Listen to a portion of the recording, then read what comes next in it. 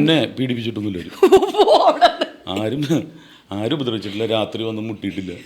പക്ഷെ മുട്ടിയൊരു സംഭവം ഉണ്ടായിട്ടാ. ഞാൻ വെളിച്ചെന്ന് പറഞ്ഞിട്ട് ബ്രിട്ടാ സാറ് നായകനായിട്ടുള്ള പണ്ട്, ഞാൻ സുരാജ്, അതുപോലെ തന്നെ ശ്രീജിത്ത് രവി, കരമന. അപ്പം ഞാൻ ഇത്രയുള്ള വലിയ ബെഡ്റൂമാണ് എനിക്ക് തന്നേക്കണത്.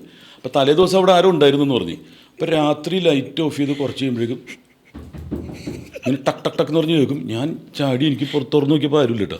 അപ്പോൾ തൊട്ടടുത്ത് പ്രൊഡ്യൂസറിൻ്റെ റൂമാണ്. ഞാൻ വീണ്ടും വന്ന് കിടക്കും. ഇങ്ങനെ എനിക്ക് പ്രേതത്തിൽ ഇതിലൊന്നും വിശ്വാസമില്ലാത്ത ആളാണ്.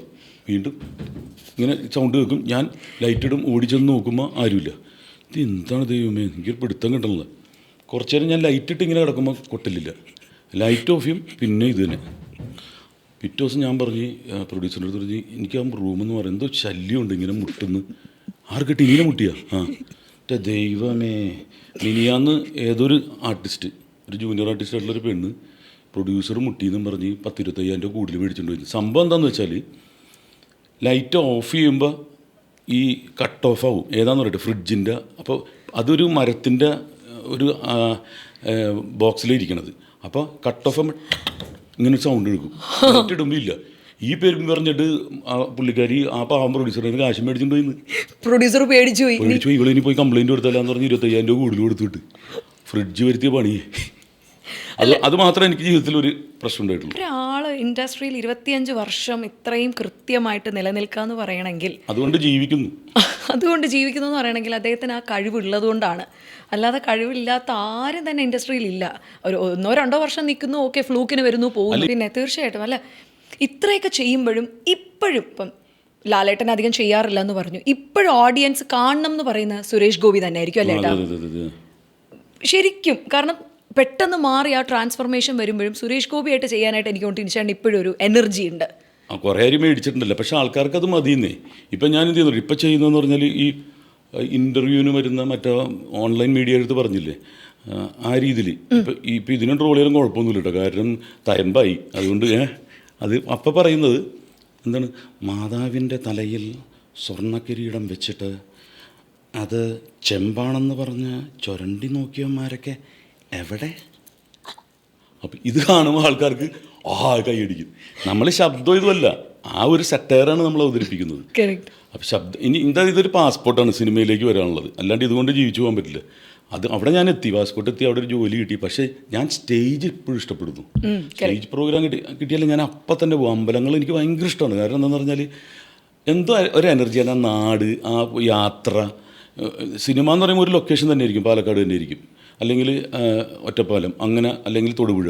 ഇതങ്ങനെയല്ല, പല സ്ഥലങ്ങൾ യാത്ര ചെയ്യുന്ന. എനിക്ക് യാത്രകൾ ഭയങ്കര ഇഷ്ടമാണ്. ഈ നാട് തന്നെ നമ്മൾ കണ്ടു തീർന്നിട്ടില്ല.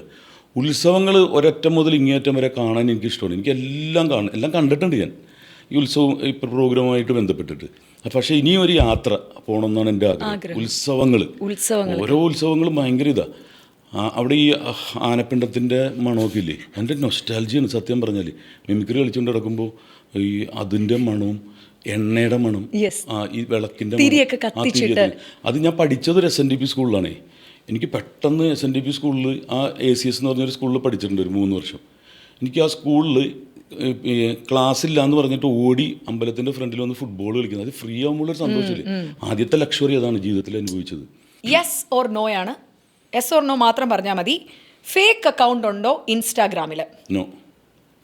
ഫേക്ക് അക്കൗണ്ടിൽ നിന്ന് ആരെങ്കിലും തെറി വിളിക്കാനെങ്കിലും എപ്പോഴെങ്കിലും ഉണ്ടാക്കിയിട്ടുണ്ടോ? നോ. അതിൻ്റെ ഫേക്ക് അക്കൗണ്ട് എനിക്ക് എൻ്റെ അക്കൗണ്ടിൽ നിന്ന് തെറി വിളിക്കാൻ പാടില്ല. ഞാൻ വിളിക്കാറുണ്ടല്ലോ. എന്തിനാ വേറൊരു അക്കൗണ്ട് നമുക്ക്? അല്ല, സ്വന്തം പേര് കയറി തെറി വിളിക്കുമ്പോൾ അവർ തെറിയൊന്നുമല്ല വിളിക്കില്ല, ചീത്ത പറയും. അപ്പോൾ അവർ തിരിച്ച് വിളിക്കും, അപ്പോൾ നമ്പർ വയ്ക്കും, പിന്നെ സംസാരിക്കും, പിന്നെ കൂട്ടുകാരനാവും. അങ്ങനെയൊക്കെ കൂട്ടുകാരായി ഒരുപാട് പേര്. ഒരു ദിവസം രാത്രി 2 മണിയായപ്പോൾ ഒരുത്തൻ കണ്ണൂരിൽ നിന്ന് വിളിച്ചിട്ട്, ചേട്ടൻ ആരെങ്കിലും ഒന്ന് അനുകരിക്കാവുന്നു. എന്താകണല്ലേ? അപ്പം ഞാനത് ബ്ലോക്ക് ചെയ്തിട്ടാ. പിറ്റേ ദിവസം വേറെ നമ്പറിൽ നിന്ന് 12 മണി സുരേഷ് ഗോപിനെ ഒന്ന് അനുകരിക്കാവോ.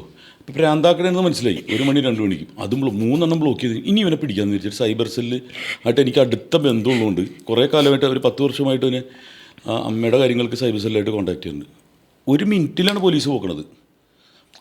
ലോകത്തെ ഏറ്റവും ബെസ്റ്റ് പോലീസ് കേരളത്തിലാണ്, അതെനിക്കറിയാം. രാഷ്ട്രീയ ഇടപെടലുകളില്ലെങ്കിൽ സ്കോട്ട്ലൻഡ് യാർഡ് പോലീസ് കഴിഞ്ഞിട്ട് കേരളമാണ്. കാരണം ഞാൻ അതിന് കുറേ സാക്ഷ്യം വഹിച്ചിട്ടുണ്ട്. ടപ്പെന്ന് പറഞ്ഞ് പിടിച്ച് അവൻ്റെ അടുത്ത് നാളെ കണ്ണൂരിലുള്ള പയ്യനാണ്.